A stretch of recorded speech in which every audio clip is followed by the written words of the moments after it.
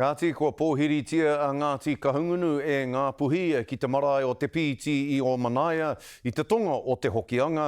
Ko te kaupapa o tēnei manaaki a ngā puhi i a Ngāti Kahungunu ki tō rātou takiwā. Ko te wawata kia koke whakamua te kokora hotiriti a ngā puhi, te iwi rarahi o ngā iwi katoa o Aotearoa. Anei rā te pūrongo a Harata Brown.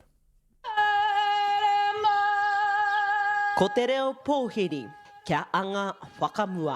Haere mai tērā rangatira, haere mai tērā whakarongohia, ta tātaringia ngā kōrero, engari ko tā ngā puhi e hihia na koe anō tērā o te ara tika ma mātou anga mua. Hei aha te noho noiho ki te āta kōrero, me mahia te mahi kia tutuki noa. He kaupapa nā te kotahitanga o ngā hapū o ngā puhi, ko te whāinga, he whai māramatanga i ngā iwi o waho, pēnei a Ngāti Kahungunu. Kahungunu kua tae mai ki te tuku e tei whakaro. Hei āwhina, tā tātou nei kaupapa. Koe tēnā te kotahitanga o ngā puhi. Ko nā puhi te iwi nui o te motu. Nō reire me whakaro tērā āhuatanga kia wāwahi ai ngā rohenga, kia whai mana ai ngā rohenga katoa, ki roti ngā mahi o te iwi nui. No tēnei tautonu hui ai te kotahitanga me te minitatake tiriti o te wā.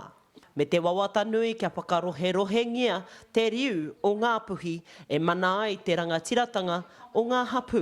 Ko te whakaetanga te tahi, ko ngati hine anō te tahi, ko whangaroa, ko hokianga, ko whangarei, ko mangakāhia, ko waimate taia mai ki kaikohe, e hihi ana ngā hapū i roto i ena tai whenua ki te hakatau anō i o rātou kreme.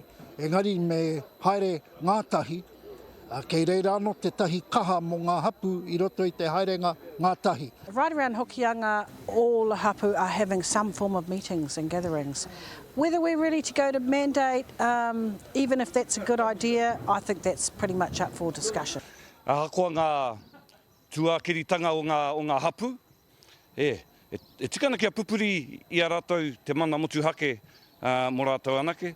Hoena ka tae te whakapiri i runga i te whakaro ko tai ki a koe anō. Ai marika he koke whakamua i runga i te wairua o te kotahitanga.